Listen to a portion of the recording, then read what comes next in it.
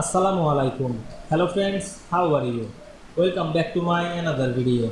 In this video, I am going to show you how to change margins in Adobe InDesign. Let's get started.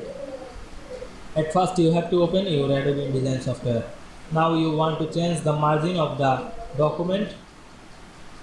We have already opened a document. Then go to the layout menu. You can see here many layout and here the margins and columns. Now you want to change the margin.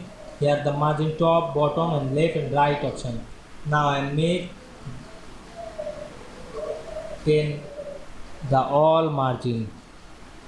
Then click OK. You can make 0.6 the all. Now you can see we make the margin or change the margin very easily. I hope you enjoyed my video. Please like, comment, share and subscribe my channel. Thanks for watching.